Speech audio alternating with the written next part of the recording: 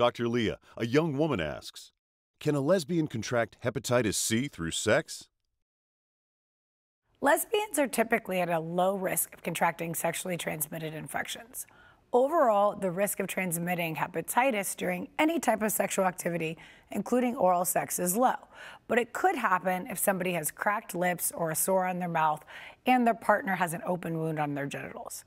However, there are other STIs that can be spread.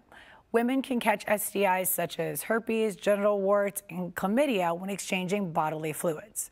Lesbians also have a 19% chance of catching human papillomavirus, or HPV, the virus that causes the majority of cervical cancer. However, it should be noted that the majority of the rates of HPV actually occur in heterosexual women. Nonetheless, women can catch STIs directly from female partners through hand-to-genital contact and skin-to-skin contact, and even sharing toys without sterilization can lead to the spread of STIs. Just remember, herpes, genital warts, and HPV are not curable.